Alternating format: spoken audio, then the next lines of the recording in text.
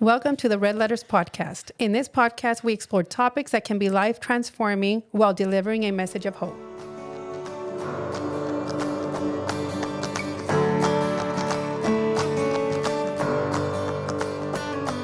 Welcome to this week's episode of Red Letters Podcast. I'm Gio, and today we have the whole table filled up, and today we're going to be talking about toxic relationships.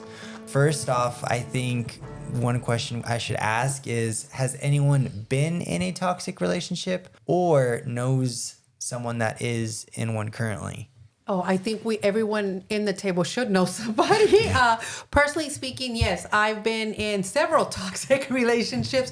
And Gio, let me ask you, when you ask about a toxic relationship, are you talking about a spouse situation, or is that siblings, or is it what do you define as a relationship? I think when anyone thinks of toxic, I assume it's a relationship. Not really siblings, because that's not something I can relate to. I don't think I've ever had a toxic relationship with my siblings. I do think that it usually turns to the point of a relationship. Boyfriend, girlfriend, husband, wife. Okay. For them to make it work and actually, commit to each other, and it's still messy. Mm-hmm. Has anyone experienced that firsthand? Yes. So I'll go ahead and start. In another podcast, you'll hear that I met my husband and fell in love with him at first sight. But however, we had a very toxic relationship. And the reason for it, and let me go ahead and just tell you what a toxic relationship is. We have our wonderful Sean joining us today, and he actually found this. Thank you, Sean, for this. So a toxic relationship is one in which two people don't communicate or relate to one another in healthy ways, and where conflict easily arises.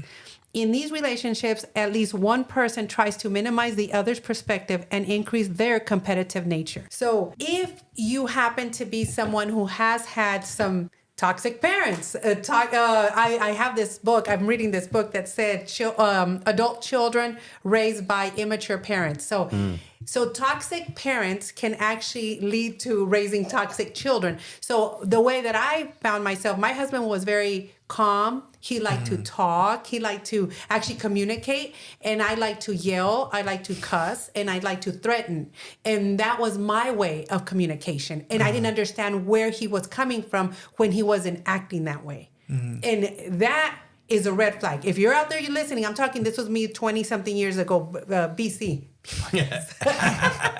So this is a long time ago. I had to go through so much therapy, re-educate myself, and go through a lot of healing before I even realized that what I was that red flag in the relationship. But what was bad about it is that if you have children, you just pass that on to your children, that this is the way they're supposed to act and communicate in a relationship. And when I say that, it's in a relationship, but even with their own friends, like they will accept if they have a friend that yells at them and wants to control them, they see it as being something normal. But that is never normal. And the only way that I can tell you that you know that it's not right is you feel it in your tummy. You feel it in the pit of your stomach. What's happening here doesn't feel right, and yet I'm being part of it.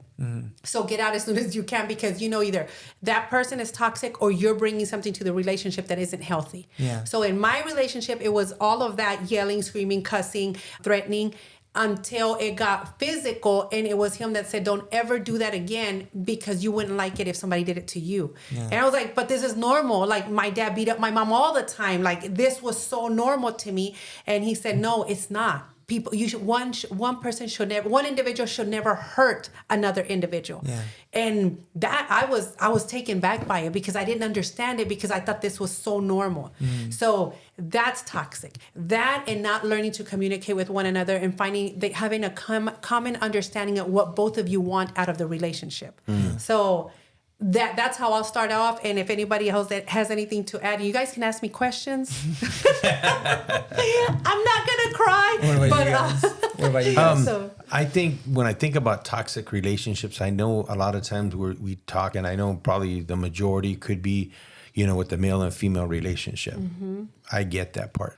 For me personally, I don't know if I've really had toxic relationship. That's just my opinion. But I think that in friendships with other guys. I was, thinking about this as you guys were talking, that I know that I've been in toxic relationships with other guys, meaning now let me rewind it and see how I see toxic. Toxic, I look at as poisonous. So I look at it, if somebody is turning around and impart venom in my life and it's making me do something I don't want to do and making me go somewhere I don't want to go and making me, react in a way that's not normal, I think that's where I would say some of my friendships in the past were toxic, because I saw myself doing things that I shouldn't have been doing, going places I shouldn't have been going, and I didn't even want to go initially. But because that venom seduced me, if you will, and I participated with it because I know I have a will, then I feel like that would probably be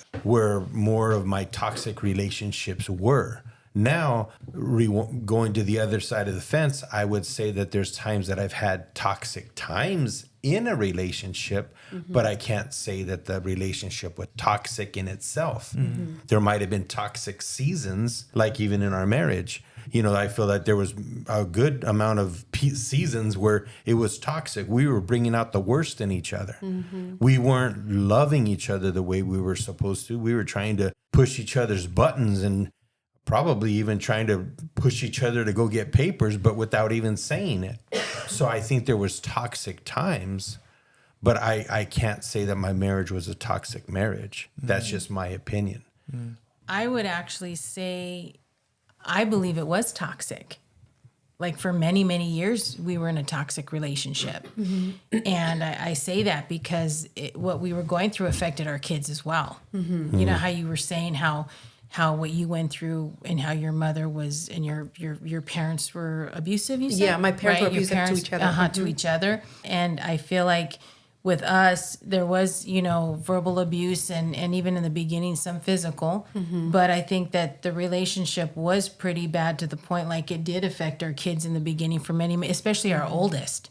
I think it affected him the most. So I would say, yeah, it was. But then now it's not like it was back then. Right. We haven't arrived. We're not perfect. But it's not to that place where, you know what I mean, there's the abuse or anything anymore. We're over that. My nephew brought up earlier that in a lot of toxic relationships, the male always gets the blame. And the male has this bad rap of being the one that brings the toxic relationship. But it's not always like that. No. So our listeners out there, just for the younger population, that girls tend to be the more aggressor at this point, and they are being the more aggressor. And I don't know when the roles change, but no one should be that individual. We tend to provoke. Exactly. But we shouldn't do that either. No. We tend to provoke, yeah. So not in a relationship, it's not always the male that's being the toxic one. It's the female, in many cases, that's provoking that out of the male. Yeah. So we have to be careful not to always label and say, well, it was because of him. And for the young men out there listening, I would want to encourage them that if they are having an individual, their significant other that's constantly provoking them, it's time we just get out of there. I would say that because it doesn't lead to anything good. Especially if you're starting out like that, it's not going to lead to anything good. Yes, there are situations like we just said, we were in toxic relationships, we got married, we had children, and we worked through it. But it came to a point where you start to recognize, this is not healthy for me. I'm not doing something right. And you take ownership that I'm the one that needs to change. And you start doing it. Whatever that looks like, if you need therapy, whatever it looks like, we start taking those steps to better ourselves, to better the relationship, to better our children and our family. Well, here's a question. What would be some signs of a toxic relationship? Controlling. I would say that some signs are, if you're in a relationship, controlling, wanting to go through your cell phone, because we all have them now, wanting to know your whereabouts. Where are you? Constantly asking, like, oh, who's going to be there? For, so many young couples, it's like isolating. I don't want you to have these friends. And if, a lot of females and males have friends of the opposite sex, and then all of a sudden you can't have those friends anymore. So those are all red flags. And if an individual is going through that, this is when you get out, because it's not going to lead to anything good. So once you see that okay, why am I not allowed to go hang out with my friends? We've been friends since we grew up. that's controlling. So those are things that we have to look out for and understand, like, why is this person doing this to myself? But once again, Tony, I'm going to go back to this. When an individual loves themselves and is sure of who they are, they will never accept this from anybody. They'll see it right away and say, I don't want to be part of this, and know to make a better choice. Some other, I think, signs to look for would probably be envy. When you're envious all the time, you're jealous all the time, the resentment, being dishonest regularly, patterns of disrespect. I think those are some of the things that you can look at as red flags in a relationship to determine whether you're in a toxic relationship or not. Here's another little question that I want to throw out there. If you're in a toxic relationship, when somebody's in a toxic relationship, most of the time they'll point the finger at the other person. Oh, yeah. But what if you're in a toxic relationship and you were the toxic one?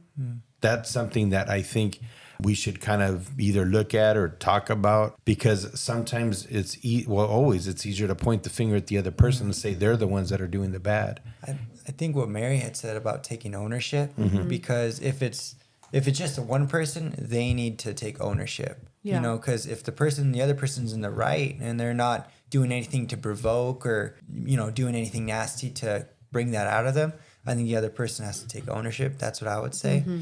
Accountability. But it's hard though. If you're so blindsided by this, you know, not toxicity, but this, whatever that is that blinds you to yourself, to where you can't see that you need to change, and that, you know, even the person could be 100%, you know, image of Jesus, and you think it's their fault. You know, you're always throwing the Bible in my face. You know, why don't you get mad at me? You know, I think you have to, you know, take ownership. Well, I think sometimes I get to take ownership, but like you said, Mary, earlier, where you thought it was normal because of how you grew up. And I think a lot of people, or, you know, a lot of men or women, you know, depending on how they grew up, you can actually think it's normal. Yeah. You know, there's people who lie and think lying is normal. Like they don't really actually see that they're lying, but they're lying. You know what I mean? And so I think it really it's not depends. really normal, but to To it's them, their it's normal. it's their normal. Yeah. Yes. Why do you think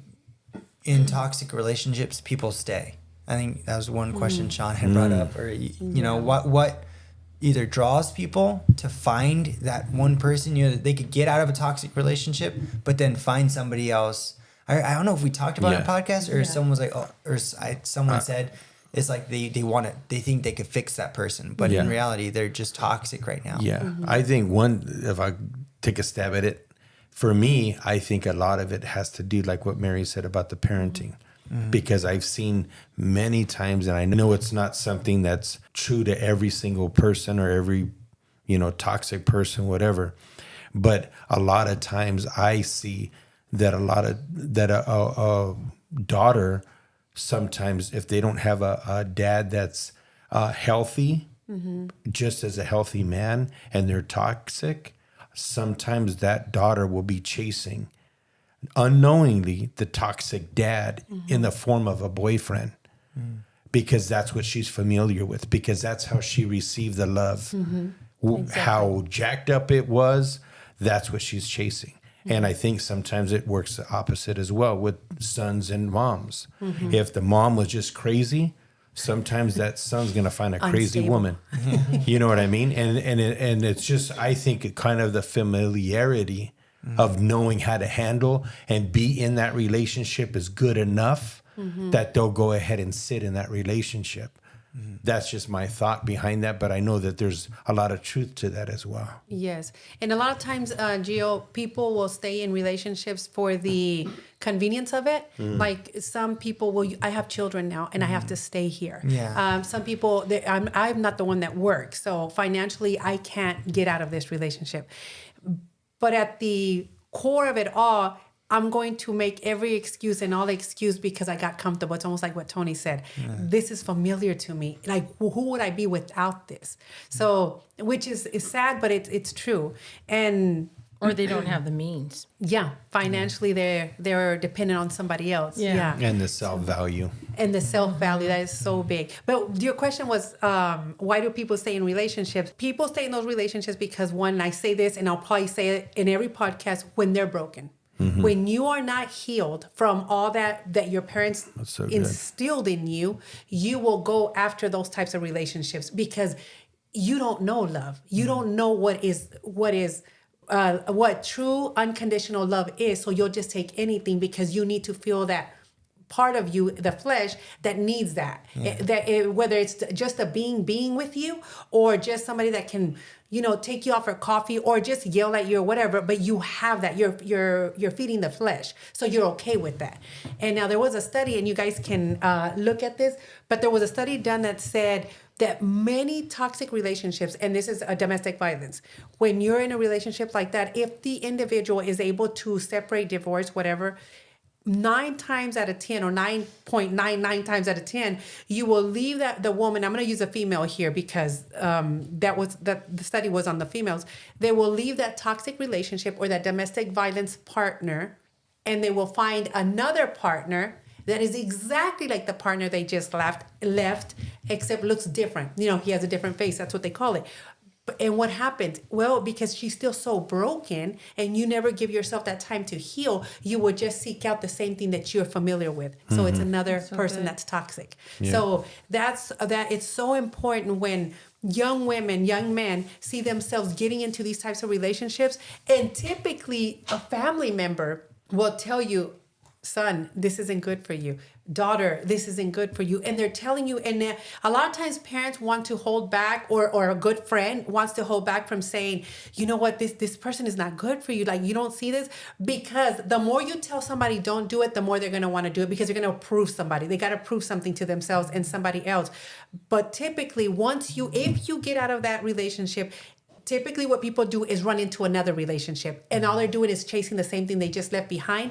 So if you take the time to actually heal, and what that means, if you have to do some work on you. Why do I allow myself to go into these relationships? Why am I okay why do I attract these people? Or why am I attracted to these people? Look at what you were raised. Look at how you were raised. And then you're going to see, like, oh, the yelling, that's familiar. Oh, the cussing. Oh, that's familiar. Oh, the threatening, the controlling. Oh, that's also familiar to me. This is why I keep seeking this, but in your gut that this isn't healthy for you. So that's why I believe that a lot of people stay in those types of relationships. Yeah.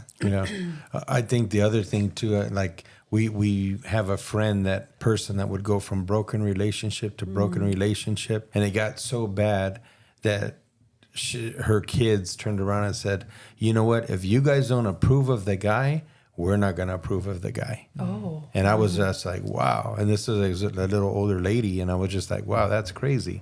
But I totally agree. A broken person's, it's almost like a magnetic attraction to another broken person. Exactly. Because where they're broken, they're broken. Yeah. And it just, the pieces seem to fit even though they're not whole. Yeah. But the other side is the beautiful side, is when somebody's whole, they find a whole person. So both dynamics work. Yes, exactly. Or at work, not that they do work. What would you guys say if, there's a toxic relationship and one of them turns their life around for the better? And, in the Bible, it talks about, where to Be unequally yoked? not unequally yoked, but almost where you're supposed to model Christ, guy or girl. If one of them, got saved and they got married, you can't, after you can't just back out now because you're married. Yeah. What would you say to those people that are in that situation? Well, there is an answer in the Bible where it says that as long as they're okay with you serving God and you participating in serving God, and they're not trying to be controlling and keep you from doing that, then you need to do that and continue, because then you're displaying Christ to them. Yeah. You're showing them what Christ looks like, because you're seeking God and you're coming back and loving your spouse, because that you can win them that way. But the opposite is true, is if they're making your life a living hell because you're trying to serve God, and they're doing the exact opposite. They're running to hell on purpose, knowing it's going to torment you. Then that's where, then you might need either for sure seek some kind of counseling, and then, take steps to try to remedy it, instead of just, hey, peace out. You know what? You don't want to change. I'm gone. I think that there's a little bit of grace that should be displayed there. But I would try to seek help so that if you're that one that's trying to do right and you turned your life around, that at the end you could at least say, hey, I tried my 110%. I didn't stop at 100. I actually went above and beyond to try to remedy this, to try to make it work. But it was out of my power. There's no way I can get it to work. And this other person just wants to turn around and make my life a living hell. But also, if that person just became a believer, they shouldn't be forcing their will on that Yeah. other person to So start good. going to church with them and to start serving God with them. You know, Wait, if that I other was going to say person- that. No, just kidding. If that other person, you know, is not ready for it, then it's better just to, you know, as long as they're not stopping that other person from going to church and serving God, then I think that, you know, they should just baby steps, you know, pray for that person and then just, you know, take one day at a time and be that example, you know, because you don't want people to have a bad taste of who God is God and is, what yeah. church is like, you know, because we tend to cram church down people's throats, like, you know, and people don't want to go. And also, it's important, Gio, that if one of the couples, one of the individuals in that relationship, does have that change of heart, like you said, and goes to church, you said, and they change their lives, that they don't start to use biblical knowledge on that individual. good. Yeah. It's like, well, God's word says this, but you haven't changed. Yeah. So you're just going to church just to hear what they're saying, just to bring it back to the other individual. So you're actually it's a facade. Collecting Yeah. ammunition. Exactly. So go work on you. This is how I see it. And you know, you guys know my testimony. I had to work on me. Like my husband and he stopped going to church for 4 years. We started together, and because we couldn't get along, he stopped going, and I continued to go for 4 years. And he wasn't there. And I started first, I was like, well, you're supposed to be the head of the house. That's what the Bible says. And you're not taking your place. And because he wasn't going to church. But then Pastora, she's very wise, that woman. And she would tell me, don't do that. Don't do that, Mary. You let him come when it's going to be his time. But you don't threaten and you don't pressure. You just let God be God in his life, and you just be the loving wife, supportive wife, and don't do that. And if in any time we were in an argument, I never went back to cussing and yelling, because that was the old Mary. And I believed this. I was living out what I was learning. So whenever we'd get into our arguments, my reaction to him was, okay, I see that you're mad. I'm just going to walk away. He's like, no. And he wanted to do what we always did in the past, which was yell, cuss, because at this point he was cussing because of my fault. So he would do all of that. And I did not meet him there anymore. I just like, okay, I understand. And I walk away. And later on I say something like, oh, good night. I love you, babe. And he looked at me like I was crazy, like there was something wrong with me. But in reality, I was living out what I was learning. So I wanted to heal. And in healing, man, I had to change those ways that I was. I'm not just going to show up to church just to say I showed up to church and now I'm bringing it You home. clocked in. No, yeah. I had to talk the talk and walk the walk. Be about it. I had to be about it. Yeah.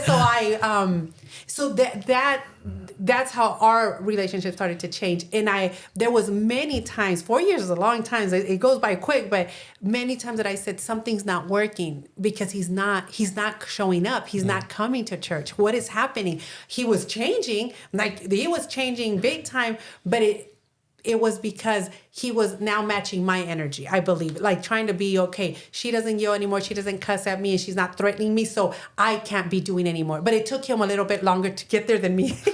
But so the point in me telling you that is you do the walk. If you see that you're the one in the relationship that, okay, I just can't with this individual, then you do the change in you. And it's going to happen. He's going to meet you because God is so powerful and he's so good. He's not just going to tell you, okay, you do this and you do this and you just be all loving and he's going to stay bitter and all this stuff. He's not. God is going to work. When you allow God to work in somebody else's life and all you do is pray and believe, then he's going to work in that person's life. If it's a relationship that's meant to be. And God doesn't bring division, especially in a family where there's children.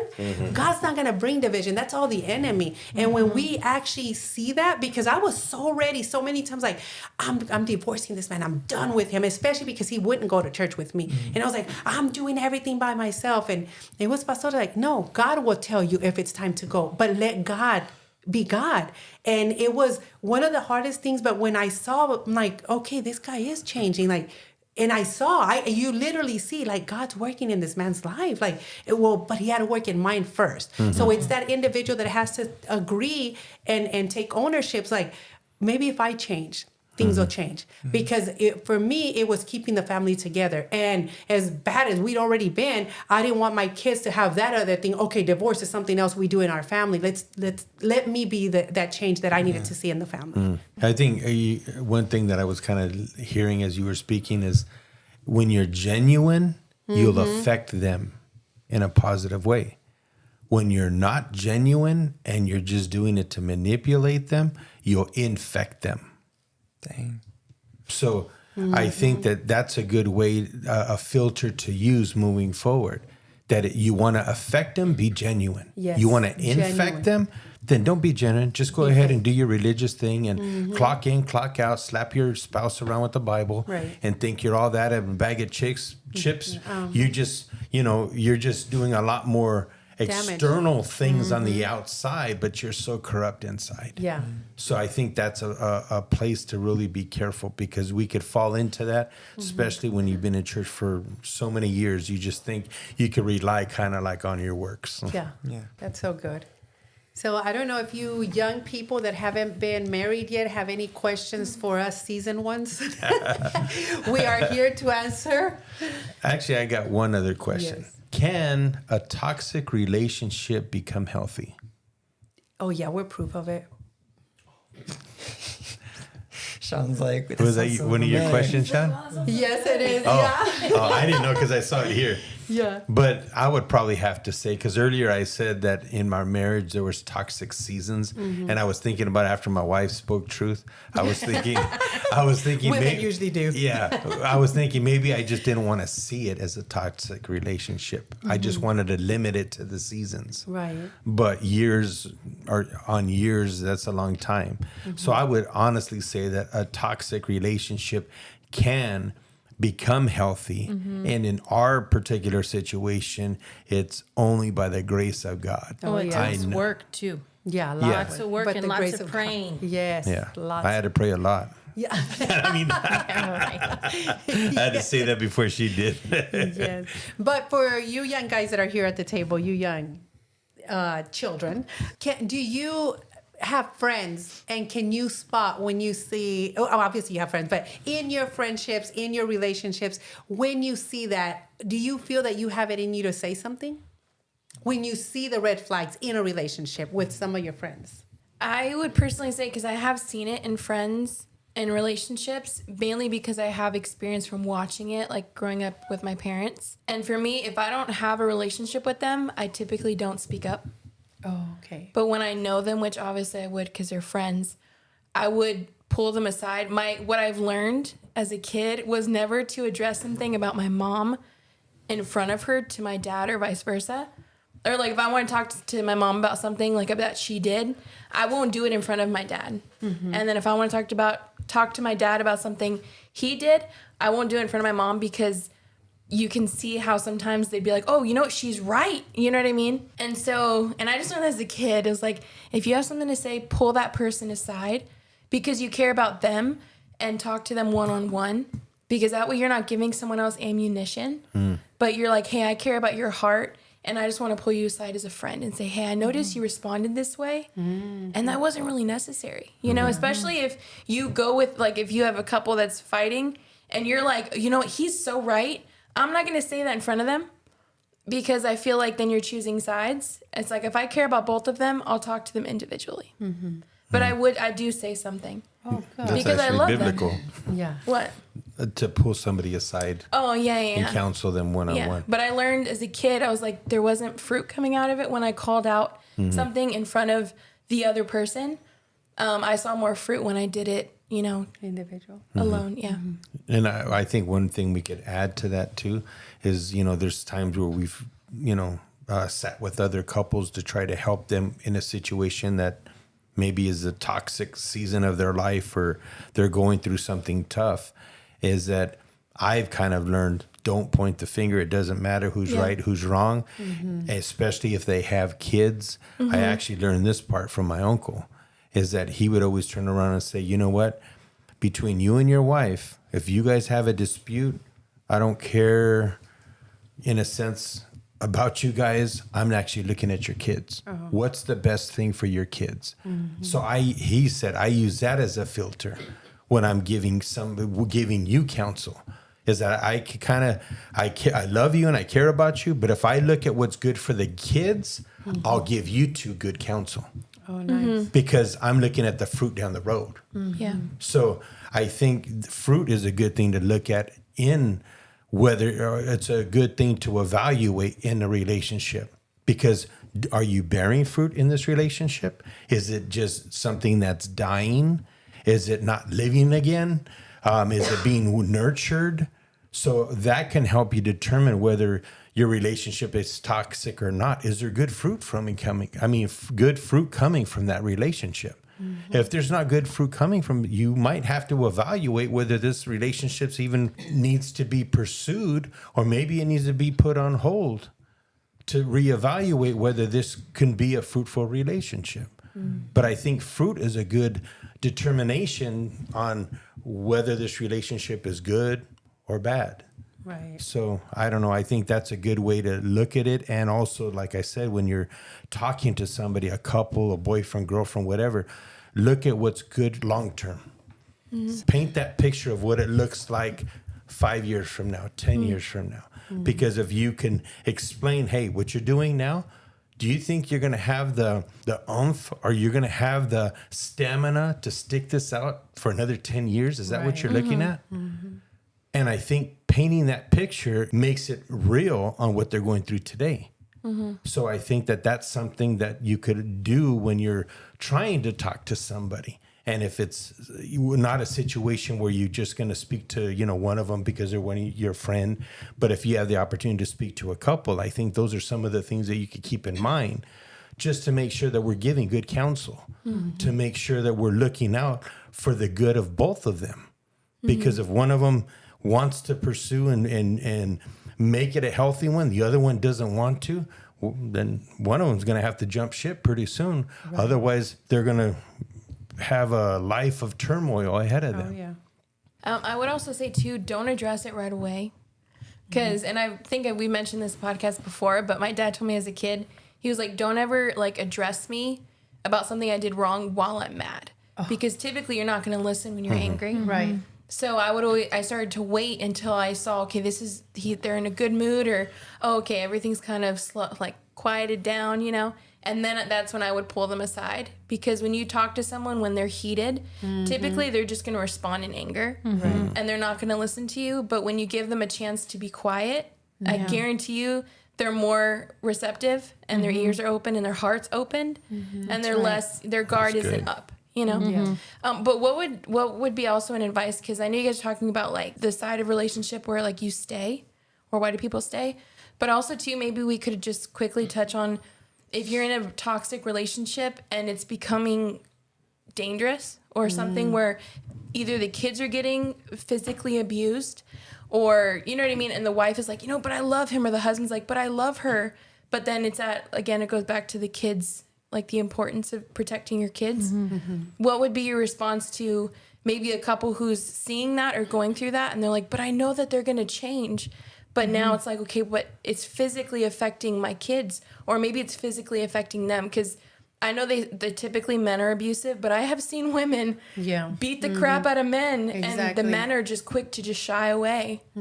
I feel it's kind of difficult in a sense, because I think a lot of couples that I've seen that have gone through that, and that are going through that, sometimes they're so blinded from it that they don't, even if you give them the resources and the help. It took a family member that went through something like that, and it took them several years just to even get out of the relationship. And I was telling them on and off, and there was a couple of times where I actually helped them get out of the relationship, kind of escape, but then they went back. Right.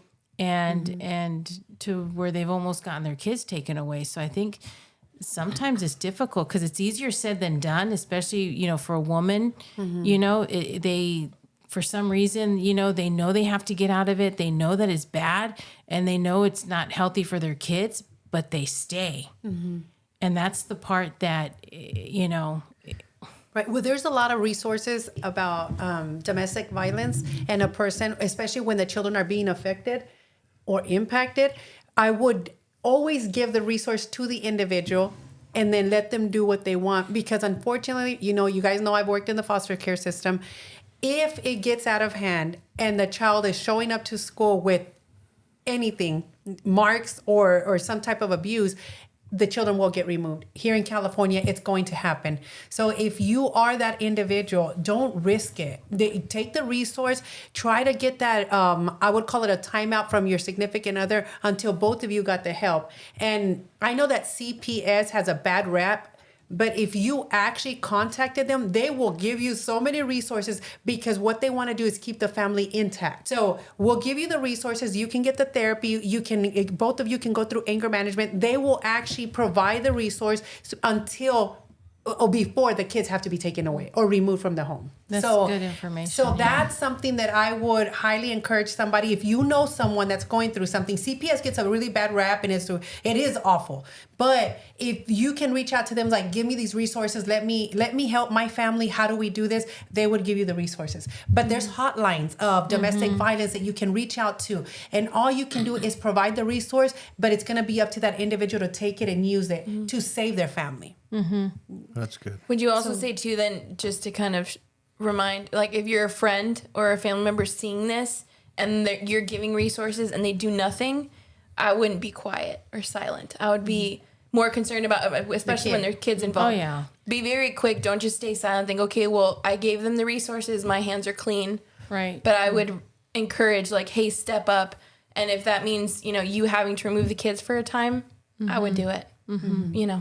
And that's awesome because I will be completely honest with you. Not very many families do. Families won't get involved. They're not going to get involved in removing the kids or calling anyone to come get the kids. So I guess so that it's been a really good episode, and I'm going to leave you guys with this quote that I heard earlier this week. It ran in my family until it ran into me, and I thought that was so good That's so because. good.